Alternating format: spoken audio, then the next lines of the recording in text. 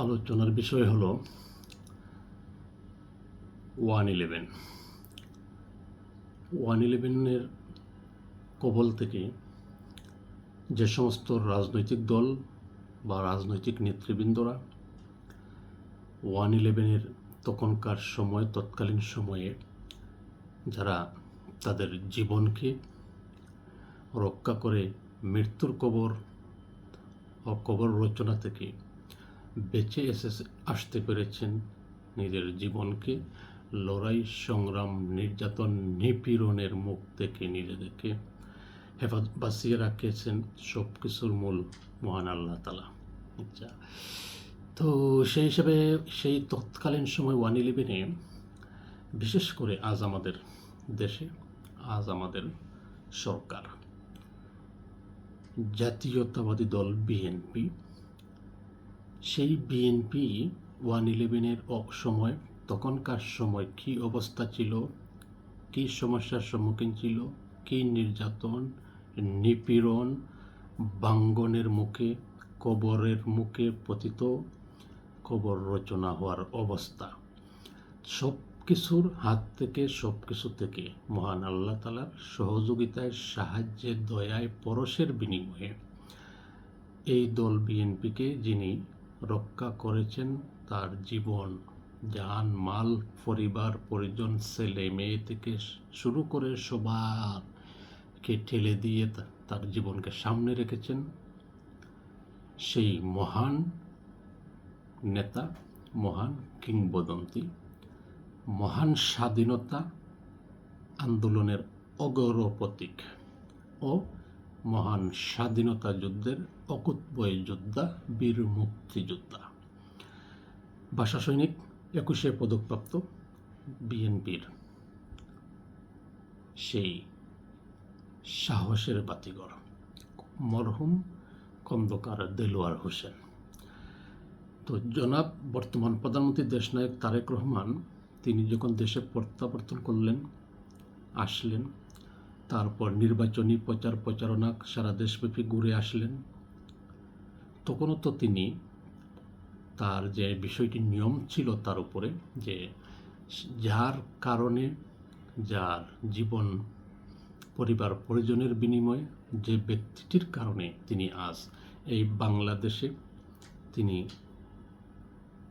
প্রত্যাবর্তন করে ফিরে আসতে পেরেছেন 16-17টি প্রবাস জীবন থেকে স্বৈরাচার মুক্ত বাংলাদেশে, যার বিনিময় সেই মহান বীর খন্দকার দেলোয়ার, সেই বীর মুক্তিযোদ্ধা, সেই যোদ্ধা খন্দকার দেলোয়ারের কবর জিয়ারত করা, শ্রদ্ধা নিবেদন করা, তাকে সম্মান জানানো, তার পাশাপাশি তার পরিবার পরিজনকে কাছে ডেকে নেওয়া, সান্ত্বনা দেওয়া, এই সমস্ত বিষয় ছিল ওনার সর্বপ্রথম দায়িত্ব ও কর্তব্য।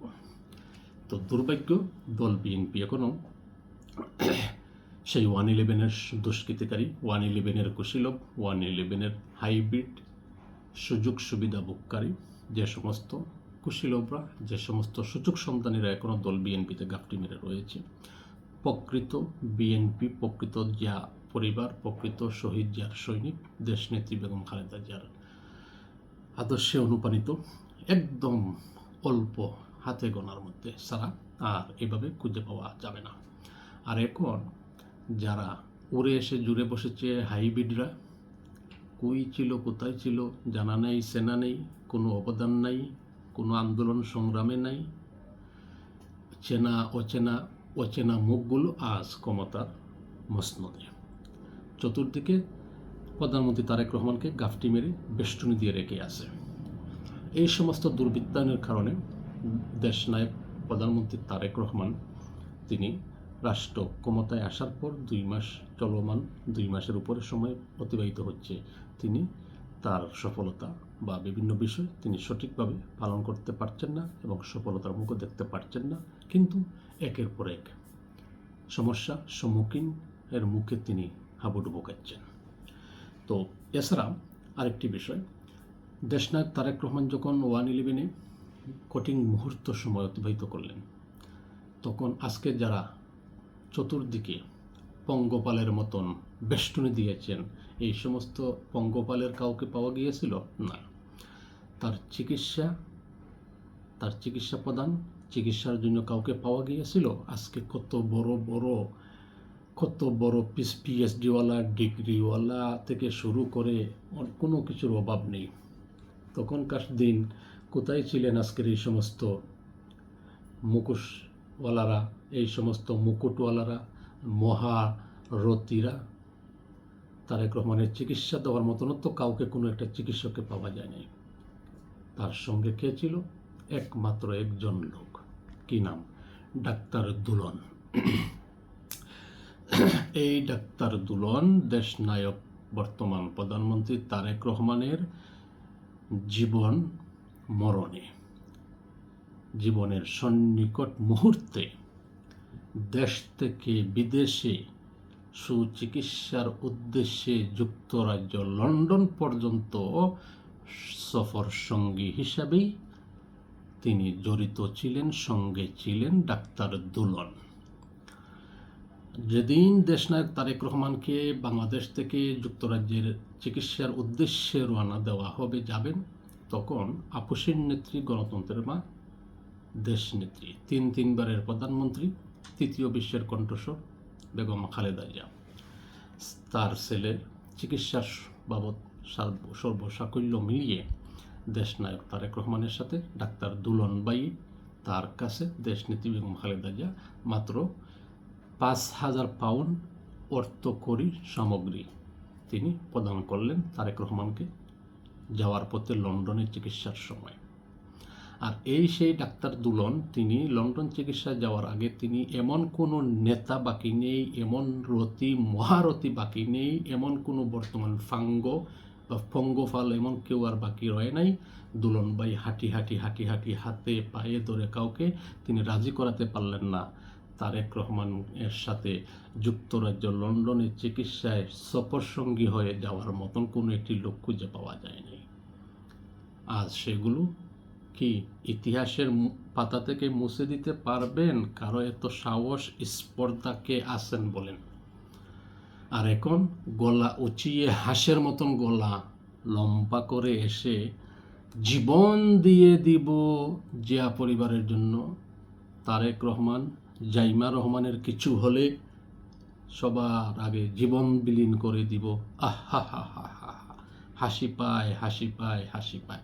এগুলো কি হচ্ছে জানেন? যে বাজারা এগুলো বলে, এগুলো হচ্ছে শয়তানের সুবল। শয়তানের কাছ থেকে চুবল দিচ্ছে মধু আরোহণ করার জন্য। কারণ শয়তানেরও সিস্টেম আছে না, শয়তান যেখানে মধু পায়, মিষ্টি পায়, সেইখানেই শয়তান কিন্তু চুবন দেয়, সেইখানেই তার আসর গায়। তো এই সমস্ত কথাবার্তা যারা উদাহরণ দিচ্ছে, বলে যাচ্ছে না, একটাও দল বিএনপির খাটিও না, ইমানদারের সহিত না, প্রকৃত অর্থে দল বিএনপির একটিও নেতাকর্মীও না। সব মধু আরোহণের জন্য যতই মধু রয়েছে এইগুলো। তাহলে 111 কই?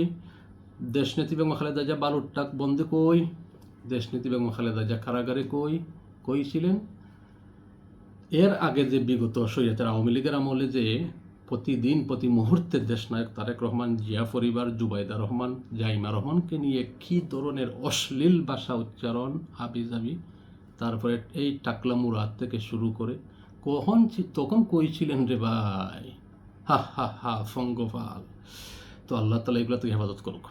তো সেই কথাটি বললাম, তারেক রহমান তিনি যদি সার্বিকভাবে তার ক্যাবিনেট সরকার বা নিজের হাতকে শক্তিশালীও করতে হয়, সফলতা অর্জন করতে হয়, তাহলে এই 111-এ যারা দল বিএনপিকে রক্ষা করেছে, জীবন যৌবন জানমাল পরিবার পরিজনকে ঠেলে দিয়ে বিপদের মুখে রেখে, এই সমস্ত নেতা, ত্যাগী সংগ্রামী নেতাদেরকে তিনি সবার আগে মূল্যায়ন করতে হবে। যারা মৃত্যুবরণ করেছেন তাদের কবরের পাশে দাঁড়িয়ে কবর জিয়ারত করে হক আদায় করেন, আর যারা জীবিত তাদেরকে টেনে নেন, আর পরিবার পরিজনকে মূল্যায়ন করেন।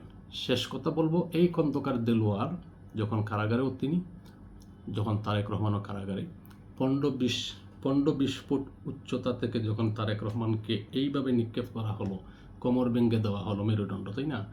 এর চেয়ে তো আরও বড় ঘটনা। এই সমস্ত বিষয় থেকে রক্ষা পাওয়ার জন্য, হেফাজত থাকার জন্য খন্দকার দেলোয়ার হোসেনের বড় ছেলে ডক্টর খন্দকার আকবর হোসেন বাবলু।